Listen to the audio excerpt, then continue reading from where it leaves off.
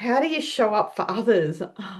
So it was a bit of a combination of getting to that title, but I did bring the idea because I've had a week where I've been supporting others. Now, this isn't totally unusual. If you know my life, I'm usually in my business, I'm supporting others, but that feels structured and I know what it is that I'm supporting them with, and I bring the framework for the support. This week, Control. I like to control my environment. Got it. Got it. Okay, go. framework. I'm sure I used the word framework. Framework is control, is it not? It's like code for control. Keep going. Um, Fine, whatever. Call me on my control. Um, so this week feels like I am supporting others. So I'm using some of those skills that I've been using for many years now, but the framework is not the same. And then what's happened, so I'll get into a little bit of a story or two around those things. But then I've also noticed because there's a lot more flexibility in this, there's no framework. I've noticed how others are showing up to try and support in that situation as well. And then that seems like I'm getting really interesting observations about how others show up in that Mm, space and also what it does to me internally. And okay. so I thought it'd be good to bring it and have a chat. And I'm sure you'll Chime in. highlight some things like control or whatever. Well, yeah, why Uh, don't you share one of your stories so we can get a sense of what's showing up for others, yeah. like for you in this.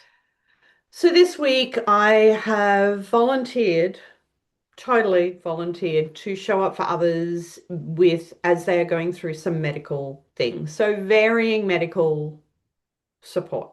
Hmm. One person is in hospital, had an operation on Tuesday, is now still in hospital as the procedure went well. There's just a few days in hospital.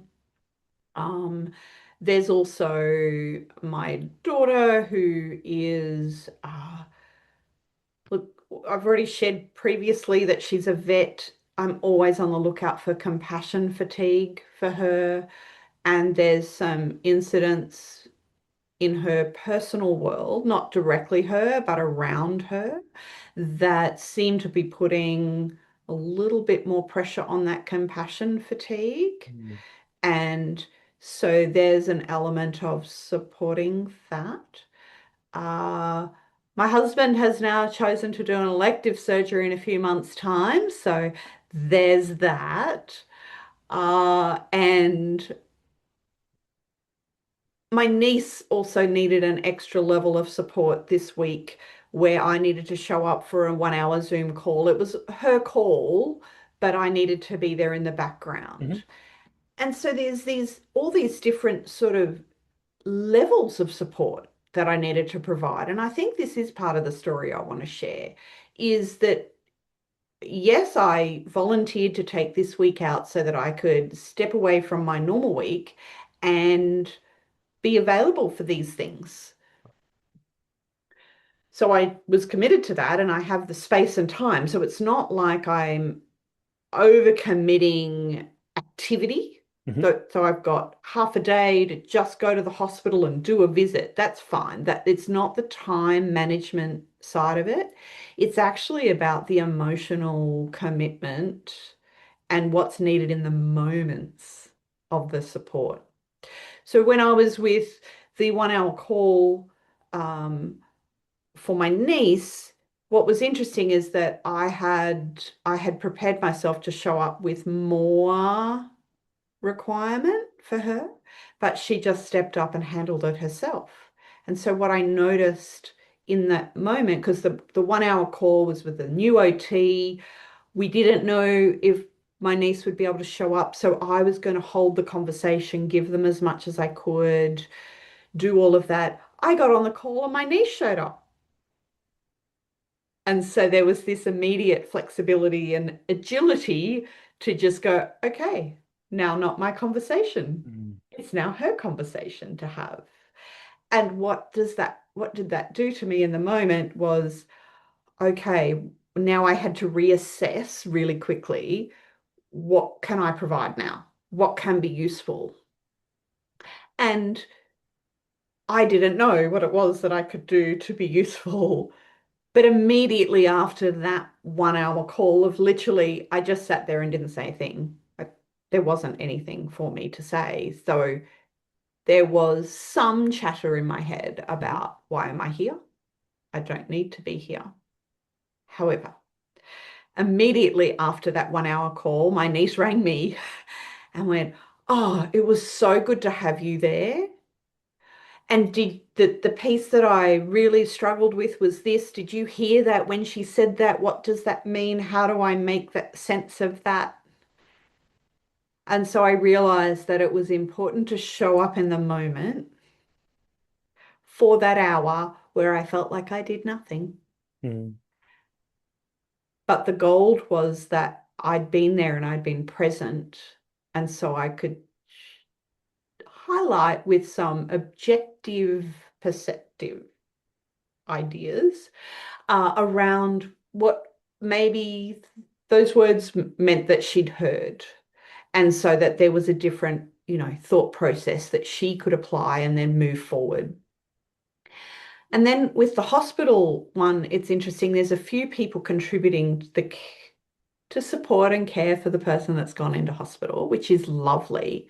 But I noticed that some of that contribution is very controlling. See, I use framework.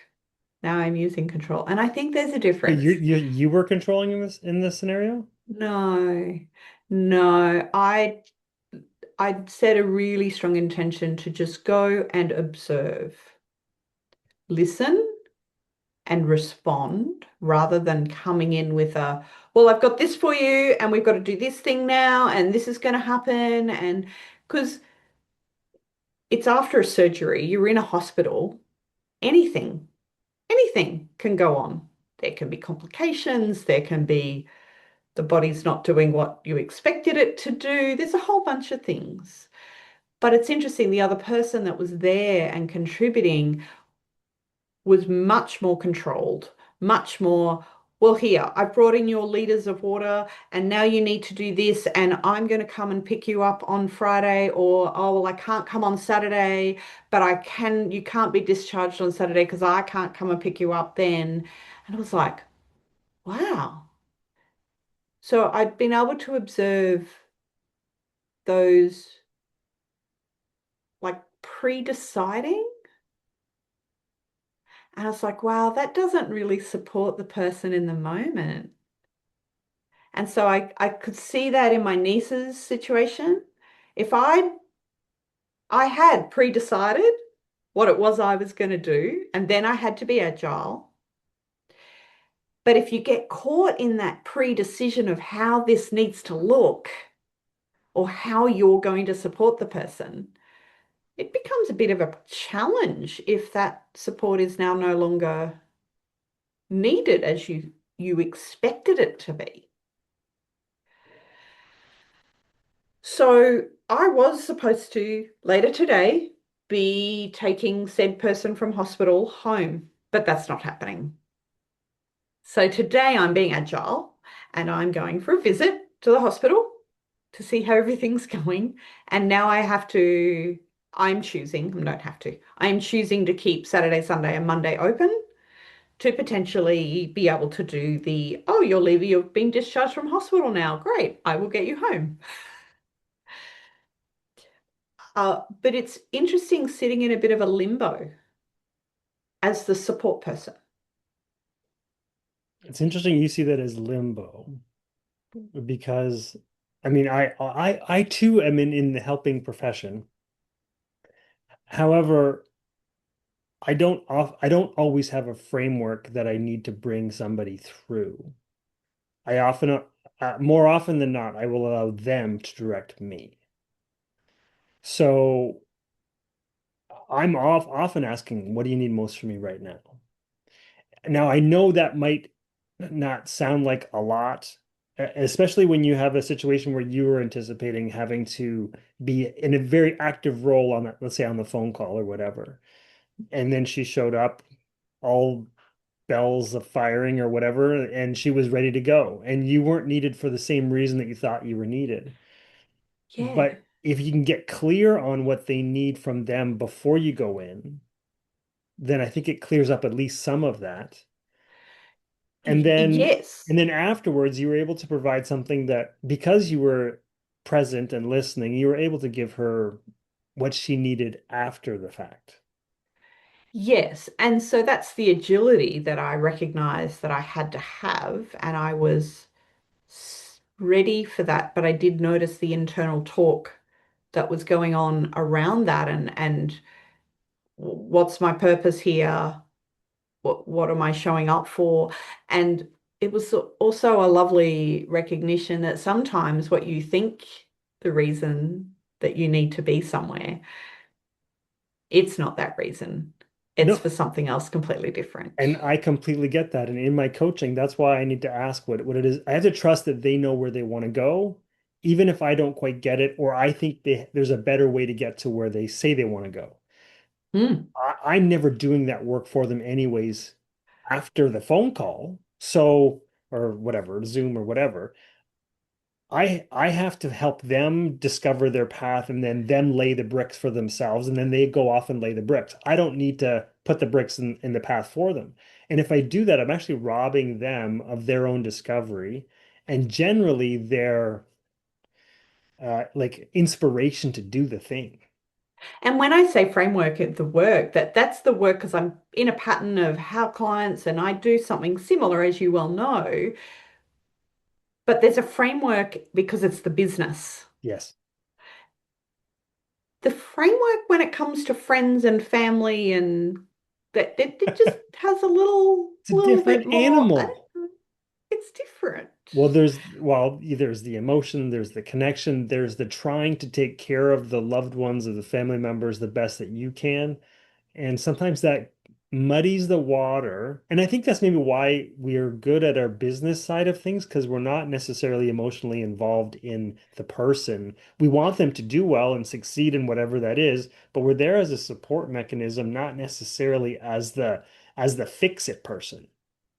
Yes, where some of these two circumstances I've gone into a bit more detail on, it's a bit of a holding the space of fixing. It's somewhere between support and fixing. You know me, I'm not into the fixing side of things, but it sits closer to fixing or being the solution, I think, or being part of the solution, where mostly in the business it's about the support. And so it's really it yep, found it very eye-opening, I think this week is the way I would describe it. So, would you change the way you approached any of these situations going into, if you did the same situation tomorrow, Hmm. would you approach it differently? I think the piece I would change is, and this is, I think it's going to be easier said than done, to be honest. It usually is. Changing the expectation of myself. Because I have fairly high expectations of me and the way I can show up and the way I can be available and what I can bring and my value and yeah, the value that I would bring to any circumstance. But often what we perceive as our value that we bring is not what that circumstance is completely needing. Mhm. But it's really quite difficult, I think, as a human to, well, in my human experience, to we just default to that. Well, this is what I'm bringing. Even if we don't articulate it like that, we just show up and we bring who we are. But the who we are isn't always the priority need. So maybe looking at, am I the, yeah, asking the question, what do they need rather than what I can bring, Mhm. Which is I interesting think. because you're mentioning watching somebody else, like observing somebody else who's providing their service, but they have a very specific way that it has to be done.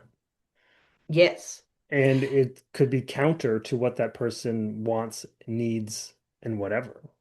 Yes, because I heard it play out in the words where this person offered, said, "Oh, well, I'll just tell this person was inquiring about you. I'll just tell them this and this and this." And the patient, my good friend, went, no, I don't want that information shared. Yeah, no. And it's like you've got to be able to listen. So if you're too stuck on, oh, this is how I'm going to handle it, and you don't pay attention and listen to the needs of who you're supporting, then that becomes really risky. Mhm. So yes, asking the question, what do they need? And moving yourself out of the way. And I don't know. We have these, everyone in these circumstances are coming with the right intention. This is also, I was just thinking the same thing. We don't like to see people in pain or discomfort. We want to help ease that burden somehow, and we have a way, but it doesn't necessarily mean that our way is the way that they need. yes. And they might agree with our way. Like the guy that's in hospital, he and I, our brains work identically. And so I can pre-guess his move pretty quickly. Like it's not hard at all. But still, I've got to not rest on that and wait for his need. It's funny. Karen and I did a workshop a few weeks back, and we called it the conversation. It's like it's part of the dance that you do with a client, right? And sometimes you will have inspiration just because you have experience in that area, and you want to share that. So you give a piece of advice. But the trick is if you get, and I call it gifting advice. So you gift it to them, but you don't, if But you do they don't, open it? well, yeah, it's up to them to decide if they want to take it, open it, use it, or not. And once they will tell you pretty quickly, yes, that's amazing. I can't wait to do that. Like you've just guessed your friend's whatever chess move or whatever. Like he's gonna know, yeah, that's what I would have done, or that's what I want to do. Yep. That's what I'm gonna do. But if they say, I don't know, I don't think that's my, they've just told you your advice doesn't jive, and it's okay, but you have to let it go. If you keep hammering, no, no, this is the way, and I'm gonna make sure that you know that this is the way you got to do it, and this is why, and this is good for you. So you should just follow my advice. Yeah. Yep. You have to be able to let it go, and Yeah. and let them steer the ship. Let them decide where you go next or what's best for them. Yes, because we go in. So one of the other observations I noticed about myself wasn't a strong motive, wasn't a strong thing I did, but I just noticed that it was sitting in the corner going, I could play, which is the assumption of what someone will need and that they don't have the capacity to make those decisions for themselves, which is ridiculous. Because, I mean, I get it. There are some people that are in a position where they don't have the capacity to make that decision for themselves. But really, we need to respect everyone's ability to make the decision for themselves. And it's a risk when you go, oh, I've been asked to support, and we just lean in a little too far. I I don't know if I ever told you this story or not. I'm not sure I've ever shared it on here, but Avery was being bullied at school. Did I tell you this? No, I don't think I've heard this one. This one is probably from 3 or 4 years ago. He was getting picked on. He ending up in the principal's office, and both kids or whatever. And the principal was trying to like sort out what had happened. And we ended up having a conversation with Avery. We had a conversation with the principal, and then um, we got back in touch with the principal to kind of figure out what the next steps were to resolve the issue at the school. And we asked Avery how he wanted us, like, how did he want us involved in this? Because we don't want our kid being picked on, bullied, hurt, whatever, of course, right? So we want to step in and support. But Avery made a very specific request and said, no, I want to handle it a different way. And he outlined, and we said, so how do you want to handle it? And then he gave us his little explanation. He's like, oh, I'm pretty good at talking myself out of things. I think I can make friends with him for, enough that we can make this work or whatever. So he kind of outlined his plan, and we respected the plan. As hard as it was as parents to go, this is crazy. I want to get him like suspended or whatever. Like, I want him out and clear of you so you don't get hurt. But he was very adamant that he didn't want us to intervene there. He wanted to try this lane first. And sure enough, He talked himself he into, he he, he yeah. took he took it upon himself to do it his way, and they made up, and everything was they actually became like kind of friends at school after. Not like close, but like they could like tolerate each other or whatever, coexist. And if we had gotten in the way, it might have made things worse. And he's the one who has to sit in that every day across from this kid or in the playground or whatever. It's his life to experience, and he had a plan, and we respected it. And that's that difference I noticed in your story there. There's that temptation to go into protection, right? You want to protect We're from the getting parent. That's our hurt. job. It, right. It's a And it's fundamental in it's in the job thing description. It's right here. in that manual, yeah, that Yes, we all yeah, got. the Yep. manual that I never read. Yeah, exactly. Yeah. And I think that's really key in when we're supporting, we do get quite protective. And I did notice the protectiveness in me, um, and then just having to pull back from protective, which I think is the emotional key, right? In comparison to the way I do that with clients every day, compared to family members or friends that I go into protective mode because I want to make sure they don't get hurt in whatever way, physically, emotionally, mentally. Just want to protect that. Hmm. And the protection actually needs to just be put to the side. Well, I think they need to be involved in the decision, Yeah, right? I mean, you can throw a life vest to somebody in the ground in the water, but if they don't grab it, you can't help, right? yeah. Um, but keeping them involved in what it is that they're looking for and where they want help. I mean, I'm assuming there will be cases where intervening needs to take place, but I Becomes think necessary, right, yes. but I think for the most part, like if There's we're if we're, degrees of it, yeah, right? if we're of sound mind and body, and we are able to make clear decisions for ourselves, then we should be able to make decisions for ourselves. That's got to be respected regardless of um our the other Our element, bias on what we think yeah, is our the right thing. bias or our perception of how we would be in that situation, Yeah. because that's another element that comes into it. And uh and that's what I sort of I took away from the hospital observation was, oh, this person's been in a similar position to this before and they've experienced X, Y, and Z. So they've got a concern or an assumption that he was also going to experience X, Y, and Z. And it's not the same. It could be, but not necessarily the same.